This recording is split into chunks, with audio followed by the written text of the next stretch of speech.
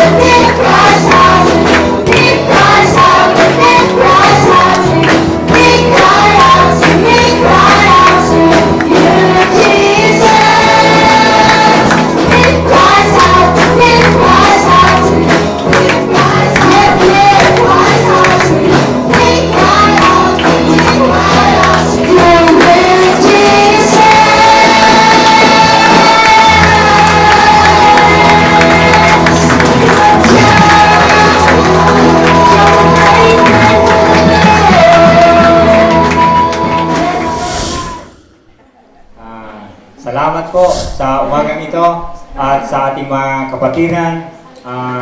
Sino po ang first timer po ngayong umaga? At ngayon lang po nakadalo sa ganito pong gawain. Wala. Ay, salamat. At tayo po ay pinagpala ng Panginoon. At alam ko ng Diyos ay patuloy na magpapala sa atin ngayong umaga po ito. Amen. Tayo po ay dumako na sa salita ng Panginoon. At ito pong salita ng Panginoon ay talagang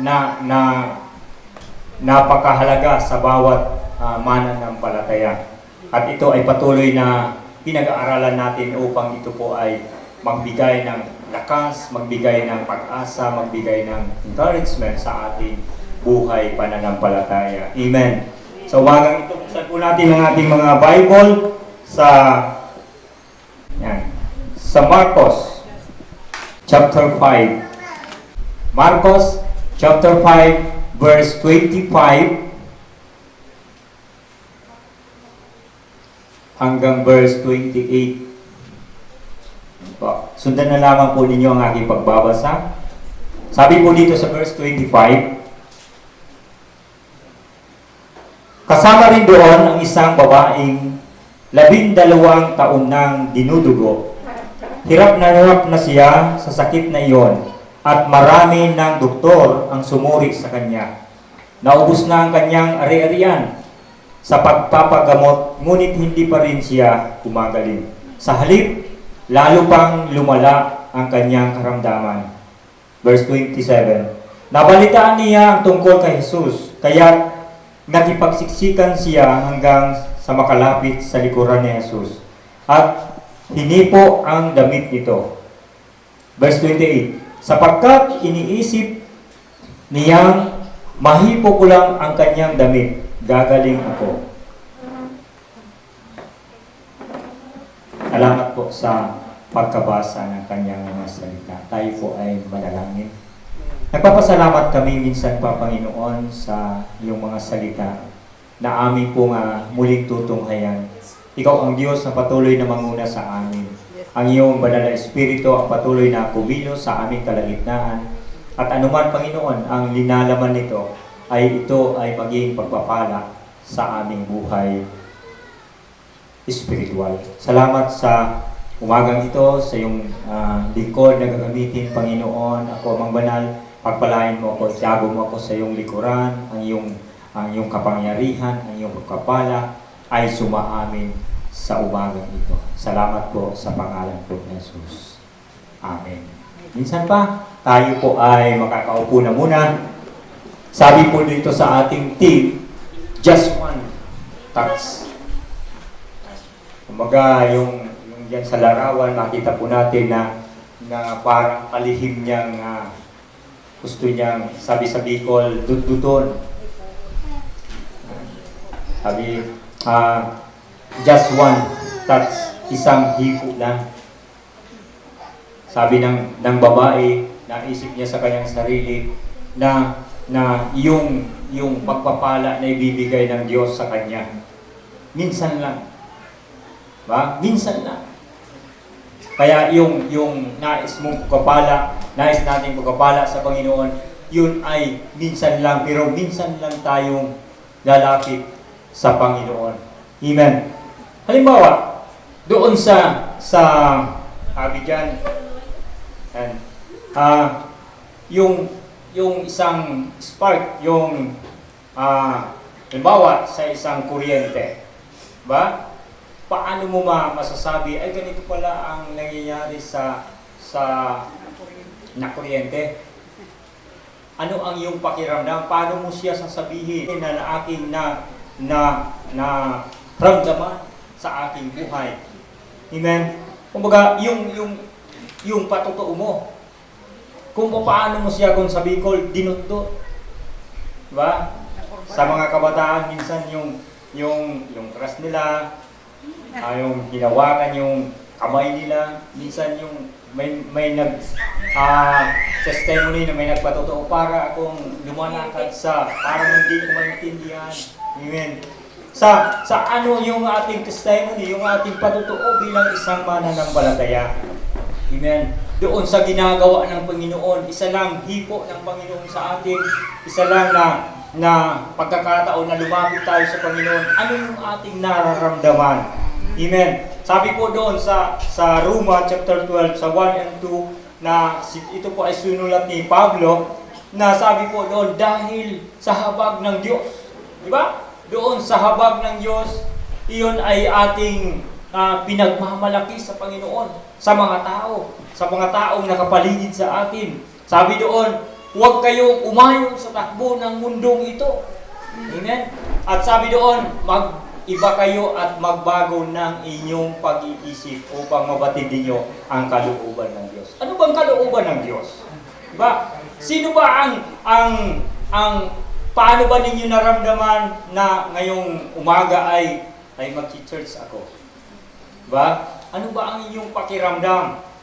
Eh, abang natutulog ka, iniisip mo bukas ay sana mag-umaga na para maamay ako, maaga ako bukas, pero dumating ang pagkakataon, minsan natatanghali tayo dahil sa sobrang exciting masyado, pero yan, napaturog ni medyo oral-laba.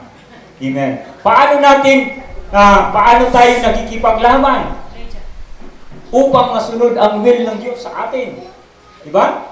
Paano natin yan? At pag hindi natin nagawa o nasunod yung kalooban ng ating Panginoon sa ating buhay, minsan nagkakaroon ng pagdurugo sa ating spiritual na buhay. Mayroong pagdaramdam. Okay? Naranasan na ba ninyo yung nagdaramdam sa spiritual na buhay, nagdurugo ang ating buhay pananampalataya? Diba? Ano po ang ating nararanasan? Ano po ang ating nararamdaman? Okay. Mayroon tayong tinatawag na spiritual bleeding. Pagdurugo. Diba? Kasi yung ating pag-uusapan po ngayon patungkol sa babae na mayroong karamdaman na matagal ng panahon sa kanyang buhay. Okay? Naramdaman na po ba ninyo na manghina? Okay? No, parang walang ganang maglingkod sa Panginoon. Parang, ayaw kong ganang niya na magsimba. Diba? Naghihirap. Parang mahirap gumawa na mayroong kaugnayan sa spiritual na buhay. Amen? Yung po ay minsan pagdurugo sa ating spiritual na buhay. Amen po. Okay. Ano yung ating mga suliranin? Diba? Sabi ko dyan. Ano ang ating mga suliranin sa buhay? At ano ang mga hakbang na iyong ginagawa at papaano mo ito mapagtatagumpayan? Minsan sa ating buhay bilang mananampalataya, mayroong mga katamaran, mayroong mga pagdurugo sa ating sa loob ng ating spiritual na buhay. Pero paano, sabi diyan, yung mga suliranin natin, ano yon? At paano natin yon napapagtagumpayan sa ating buhay pananampalataya? Okay, dito po sa ating pag-aaralan ngayon sa Marcos chapter 5. Ito po ay isang kwento ng isang babae na kung paano po siya gumaling sa kanyang karamdaman na matagal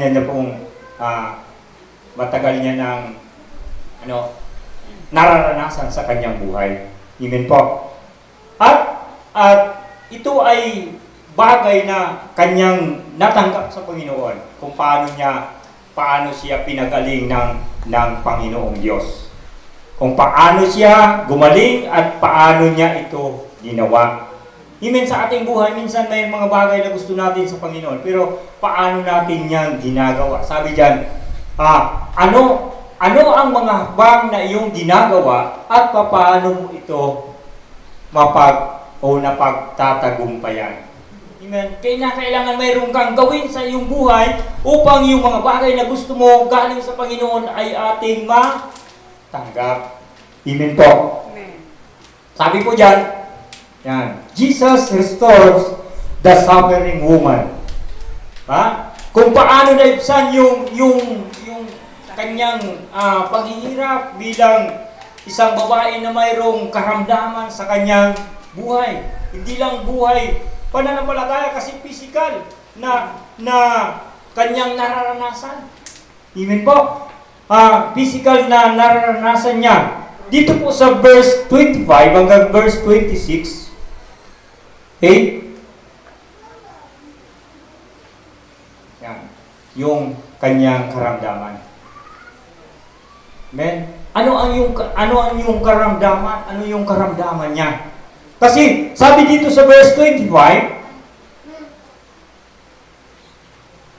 for 12 years, she has suffered from internal bleeding. Sa loob. Diba? Ano kaya ang sakit niya? Kung sa atin ngayon, baka sabihin natin, ay cancer. Cancer. Ba? May pagdurugo doon sa loob. Ba? Sa kanyang physical na buhay. Diba?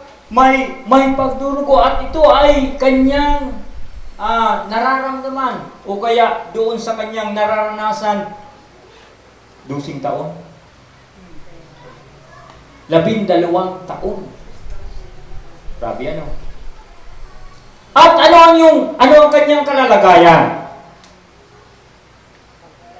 Sa verse 26, sabi diyan, her condition is worsening. Ba?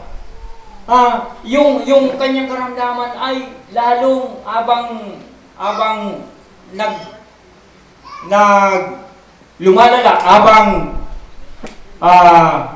sa katagalan ng panahon, yung kanyang nararamdaman ay lalong lumalala. Amen? Lalong lumalala. Kung mananampalataya kaya, paano ang ginigibo niya?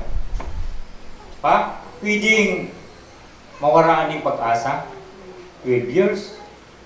Pa? Siguro sabihin niya, sana dumating na si Lord. Sana dumating na si Lord para matapos na yung aking paghihirap. Eh, kung titingnan natin ang kanyang buhay, ay kaawa-awa po siya. Ha? Kaawa-awa kasi lalong lumalala yung kanyang kalagayan sa kinatagal-tagal na mayroong karamdaman sa kanyang physical na buhay. Okay. Ano po ang maaaring makita natin sa babaeng ito? Okay. Kasi sabi dyan sa verse 26,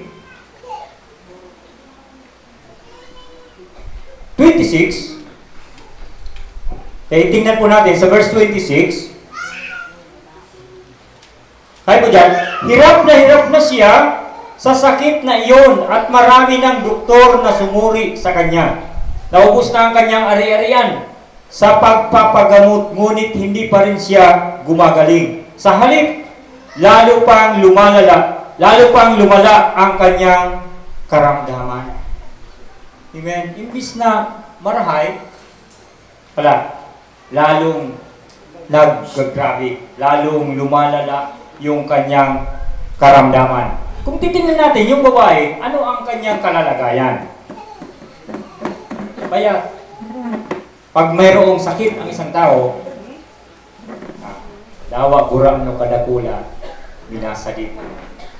Amen? Pero mayroon din sakit na habang lumalala yung sakit, lumalaki.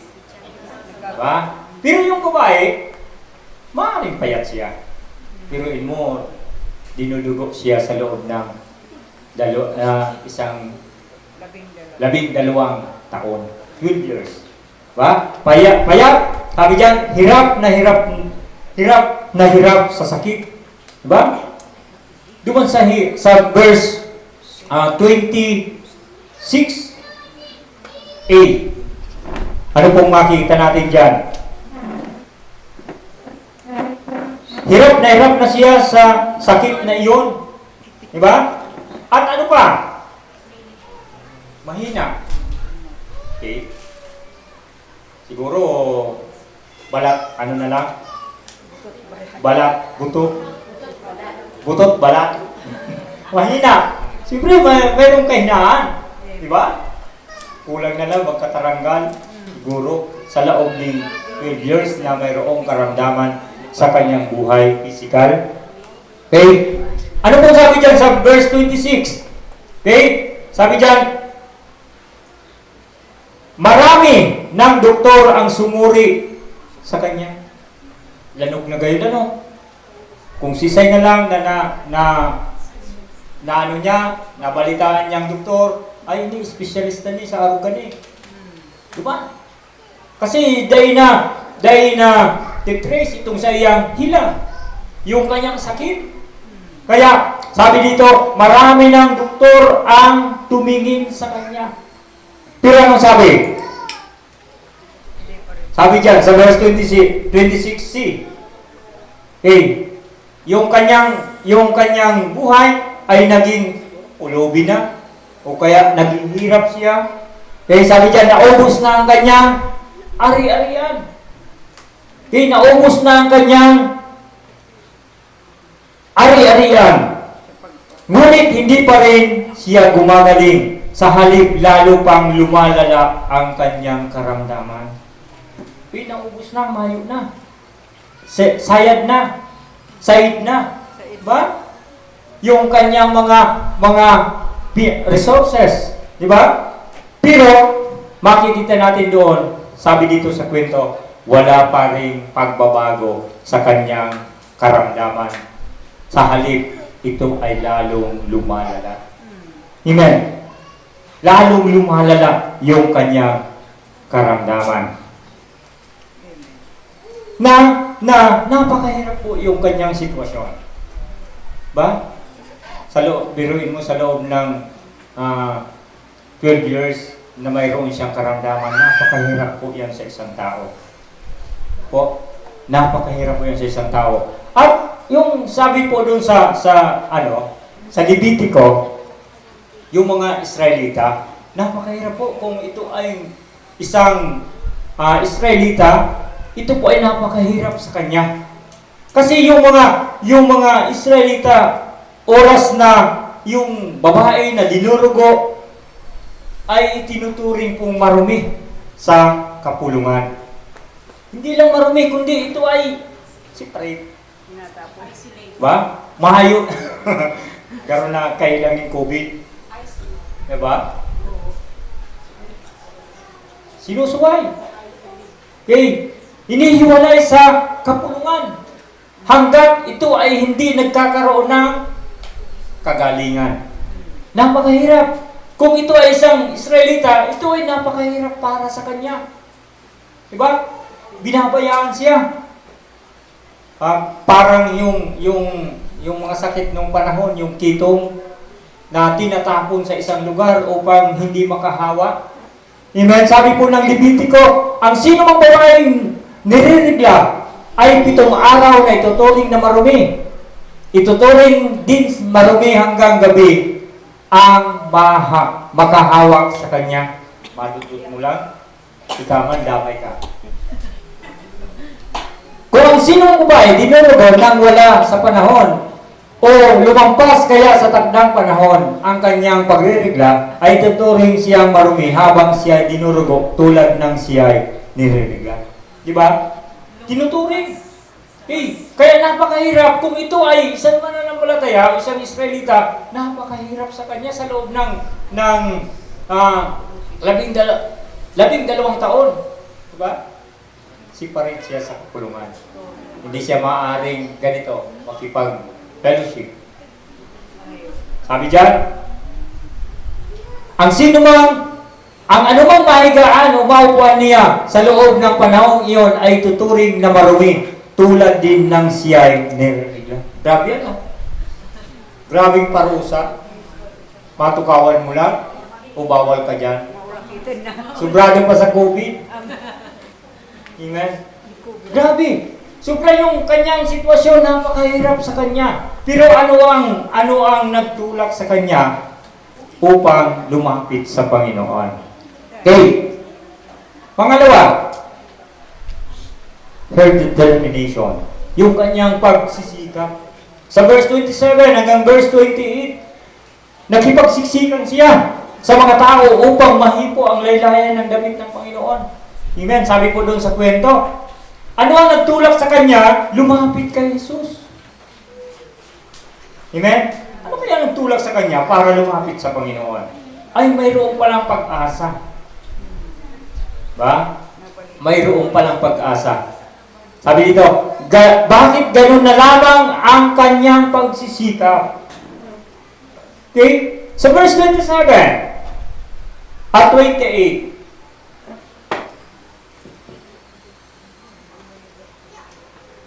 sabi dyan, nabalitaan niya ang tungkol kay Jesus. Ba? Nung nabalitaan niya na mayroong palang maaaring magbigay sa kanya ng kagalingan. Walang iba, si Jesus. Amen. Nabalitaan niya, narinig niya. Ay, mayroon palang nagpapagaling. Kaya nagkaroon siya ng pag-asa. Kaya ganun na lamang ang kanyang pagsisikap para lumapit sa Panginoon. Pero hindi yan po madali para sa kanya. Kasi, alalahanin natin na kung siya ay payat, siya ay mahina, at siya ay talagang mahirap sa kanyang buhay. Kaya, ano ang kanyang ginawa? Diba? Paano siya nakipagbungguan sa mga tao? Dahil ko kaya sa taas, hindi ko sa irarong. Amen. Hey, anong tungkol kay Jesus sa atin bilang mga mananampalataya? Ano ang alam natin tungkol kay Jesus? Diba? Ano po ang alam ninyo tungkol kay Jesus? Si Jesus ay ano? Tagapagligtas. Si Jesus ay Panginoon ng ating buhay. Si Jesus ay nagpapagaling. Amen? Nabalitaan niya na mayroong palang maaaring magbigay sa kanya ng kagalingan sa kanyang nararanasan na karamdaman. Amen. Sabi po ng Lucas, chapter 7, 22 hanggang verse 23, at yung reference niyan sa Mateo 11, verse 4 hanggang verse 6. Okay. Noong panahon po na ang Panginoon ay nangangaral at si Juan Bautista, yung si Juan, yung maghahanda ng daraanan ng Panginoon. Subalit sa panahon iyon, nung nangangaral ng Panginoong Jesus, si Juan Bautista ay nakulong dahil lagi niyang sinasabihan si Herodias na kinakasama ni Herodes. Kaya nakulong siya. Pero sa panahon na yon, parang yung buhay ni Juan Bautista ay siguro may nangangaral na naririnig niya ang Panginoon kasi siya nagbautismo noon. At parang sinasabi niya na, ay, kontento na ako dito sa kulungan. Kasi sa kulungan baga may mga libre kakan, libre turugan. Diba? Sabi niya, kontento na siguro siya duman sa iyang kulungan. Pero hindi siya mapalagay doon. Siguro, sabi ko nga, parang iniisip ni Juan Bautista na tumakas ako dito sa kulungan. Pero hindi niya ginawa. Parang iniisip niya. Kaya ang ginawa niya, nagpasugo siya ng kanyang mga alagad sa Panginoon. Amen?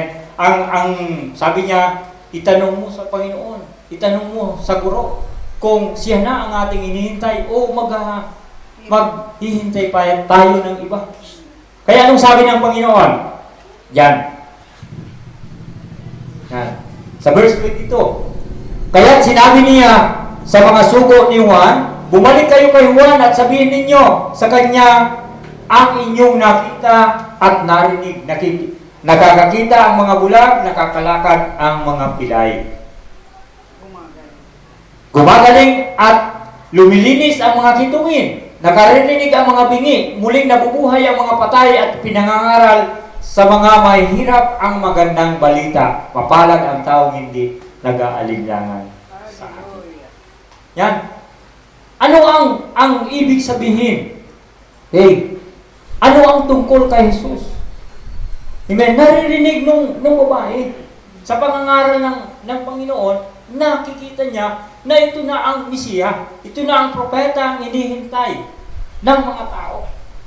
Amen. Kaya ganun na lamang ang kanyang pagsisikap. Pag nagkaroon ako ng pagkakataon, talagang lalapitan ko si Jesus. Amen? Minsan sa ating buhay, ano ang ating ginagawa? Minsan niya ako na dyan ang Panginoon. Alam natin yung gagawin ng Panginoon, pero minsan, iba ang ating linalapitan. Panghuri lang. Diba? Ang kaning babae, naubos na lang sa iyong kayamanan. Pero, huri niya, nakilala, narinig yung pagpapagaling ng Panginoon. Amen? Hey, kaya nandun na lang ang kanyang pagsisika para makalapit sa paanan ng Panginoon. Hey, na sabi ng Panginoon, gumagaling. Sabi dyan sa verse 23, malpalad ang taong hindi nag-aalinlangan sa akin. Amen? Napakapalad po tayo kung tayo ay hindi nag-aalinlangan, naniniwala sa kayang gawin ng Diyos sa atin. Anumang bagay na hindi natin kayang isipin na mangyayari ay kayang gawin ng Diyos sa atin. Amen? Napakapalad po ng taong yan. Ano ang ating ginagawa kung may hindi maganda na nangyayari sa atin? Diba? Ano ang ating ginagawa? Kailangan lumapit ka sa Panginoon. Hindi ka na mag-iisip kung ano pa. Amen. Sa Panginoon. Halimbawa, may ilang doktor, kaypuan, pag-iraray, Panginoon. Pag-pray mo, Panginoon, bigyan ka ng pagkakataon, bigyan ka ng tamang kaisipan kung saang doktor pwede mong dalhin Amen. ang iyong buhay o iyong pamilya. Amen. Okay, ano pong nangyari? Yan, yung reference yan sa Mateo 11. Yan. Number 3, her deliverance. Yung pagpapalaya. Napalaya. Okay? Saan siya pinalaya ng Panginoon? Diba? Sa ating buhay, sa ating bilang mananampalataya ng Panginoon, napalaya na kaya tayo? Kasi kung di pa napalaya,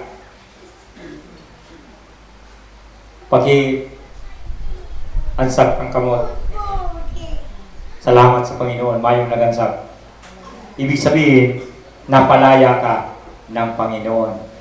Piyansado na. Ba? Pag piyansado na, laya na. Malaya na. At sinasabi doon sa karsel baga, sa kulungan, sana ngaya, hindi ka na makita dito. Ba? Hindi na tayo magkita. Diba? Sinasabi ng warden, napalaya na. Amen. At yung napalaya ng Panginoon, tuluyan ng pinalaya sa lahat ng bagay na nangyayari sa Kanya. Amen. Ganun po ang pinalaya. Sabi ng verse 29,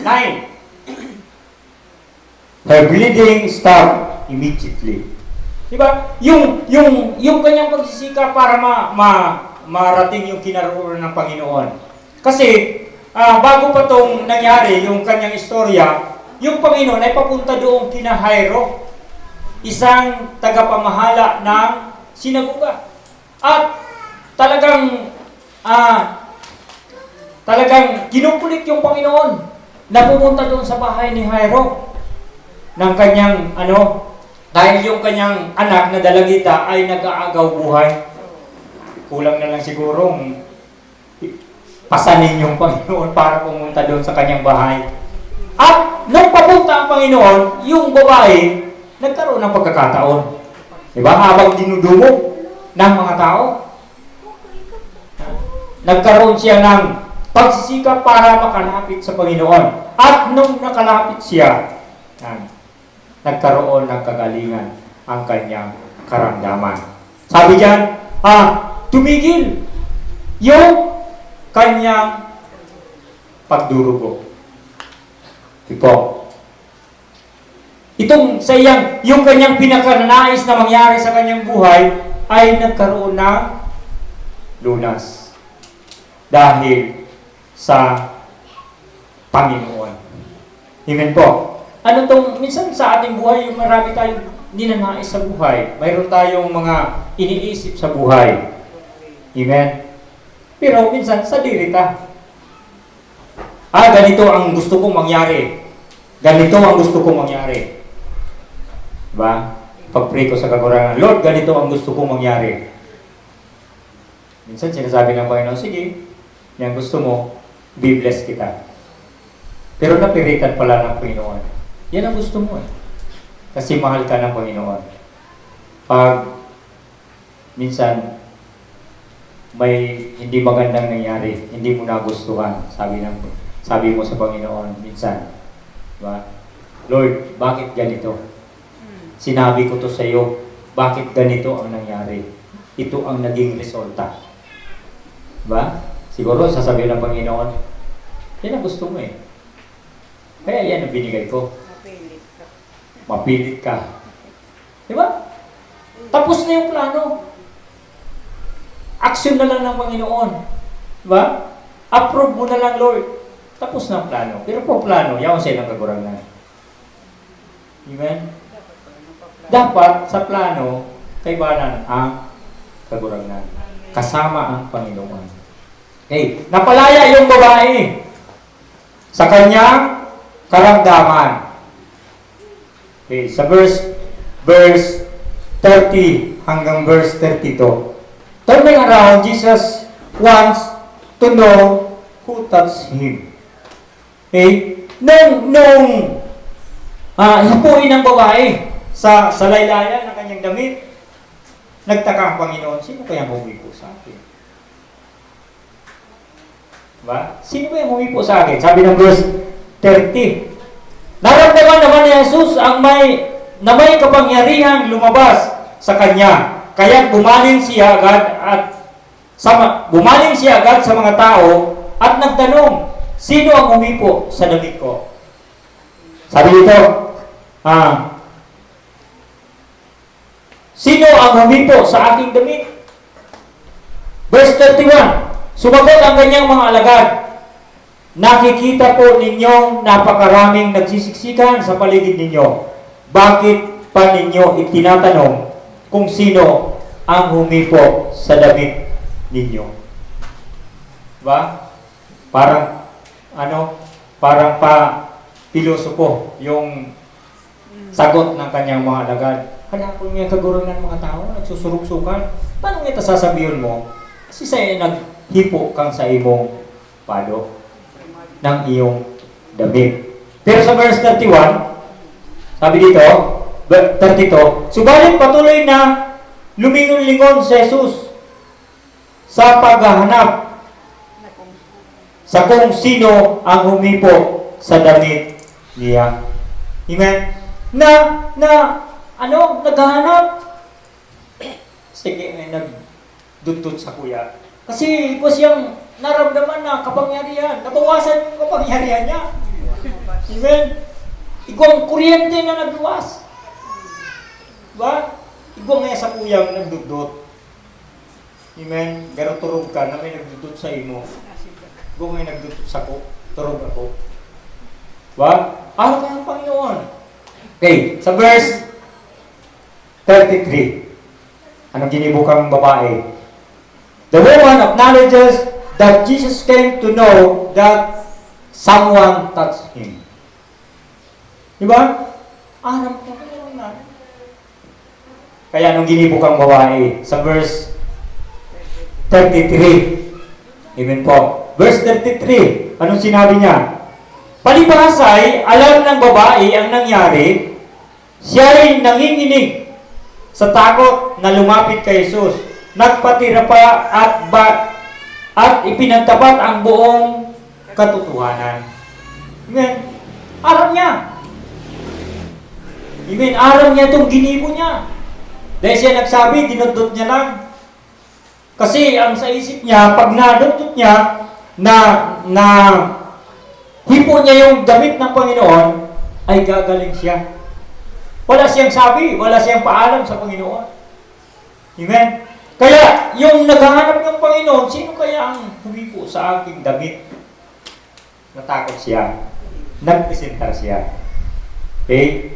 Aram niya ang nangyari. Harap niya na mayroong kagalingan na nangyari sa kanya.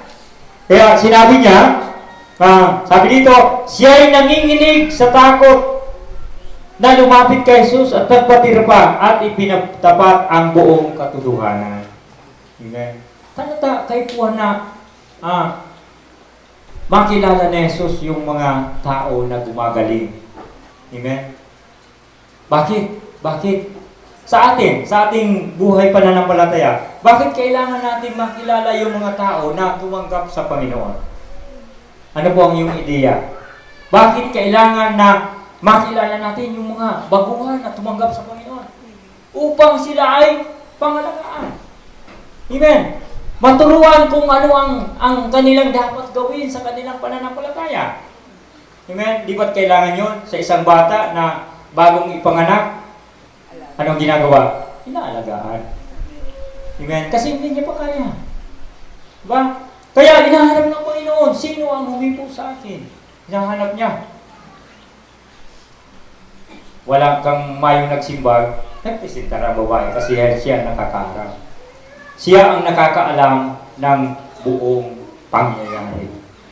Amen po. Okay, sinabi niya, ako nga yan. Dahil siya nakatagal, hindi nakatiis sa pagsasabi ng totoo. Okay. Sunod. Verse 35. Yan po. Sa verse 35, sabi po dito,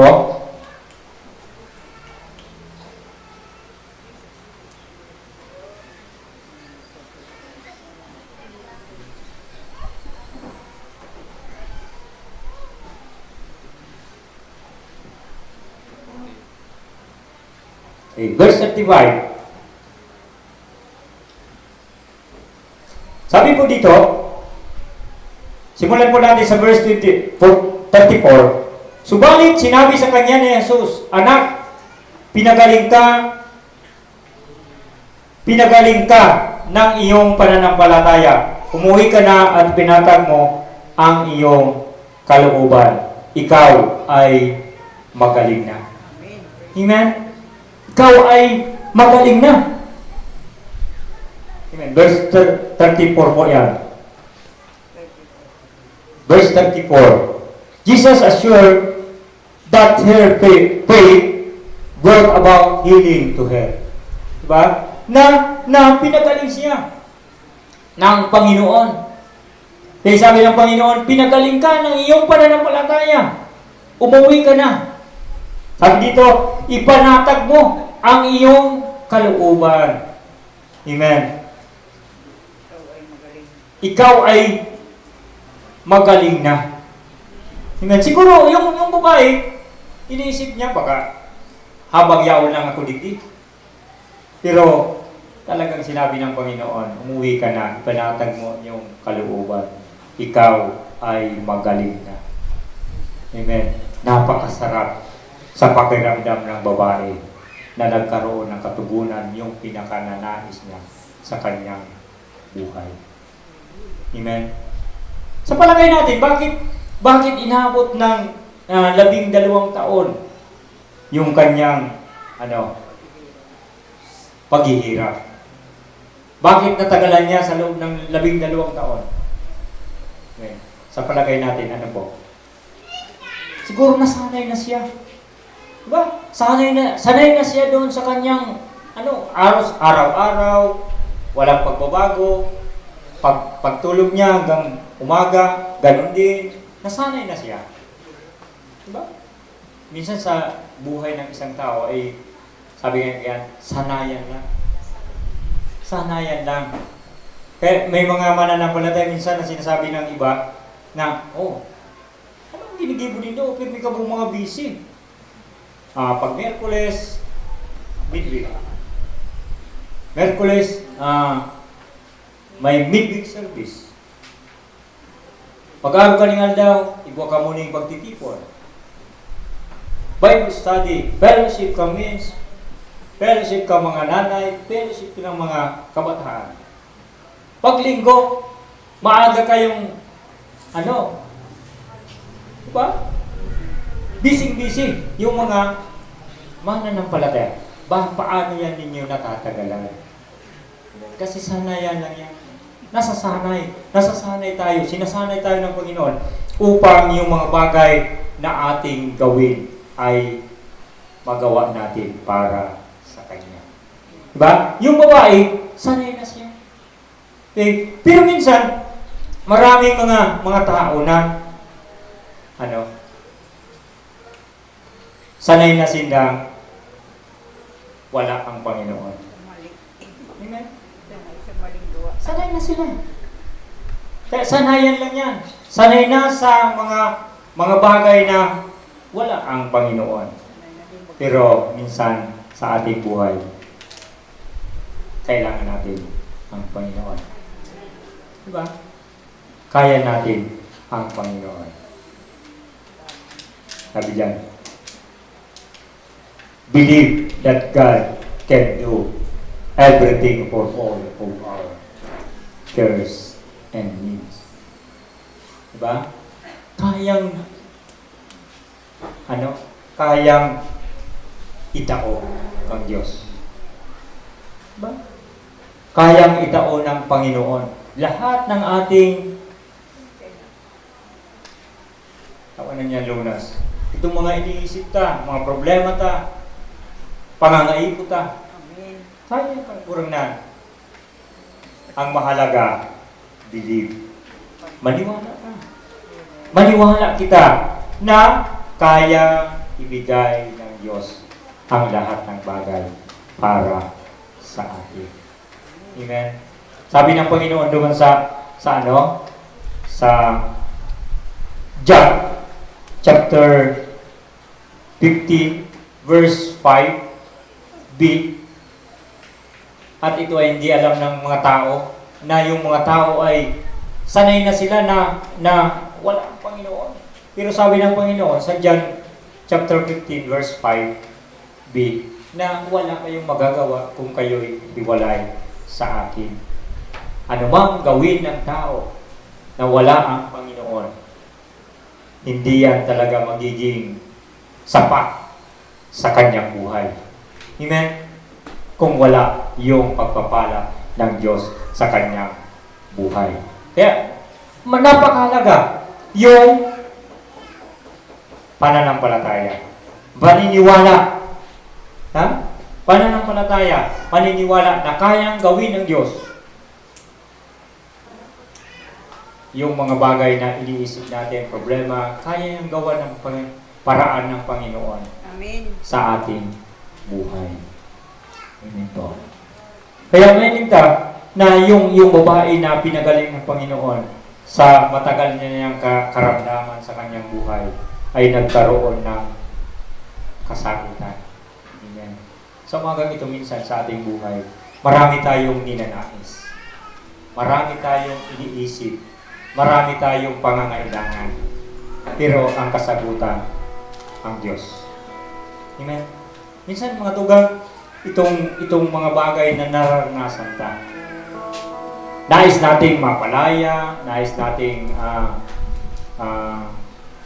gumaling kung mayroong karamdaman, nais nating lumago sa pagkakilala sa Panginoon, at marami tayong ninanais sa ating buhay. Amen. Napakahalaga ang pananampalataya. Napakahalaga ang paniniwala. Nais nating maligtas yung ating mga pamilya, kapatid, salaman, pinsan. Pero napakahalaga yung paniniwala na kaya niyang gawan ng paraan ng Diyos sa ating buhay. Dahil kilala natin ang Panginoon. Isang sa ating just one touch. Sarap-dut-dut lang, bibigyan ka ng pangangailangan mo ng ating Panginoon. Amen. Sabi doon sa Jeremiah 33 verse 3, kung tatawag ka sa akin, tutugunin kita, at ipapahayag ko sa iyo ang mga bagay na hindi mo lubos makunawa.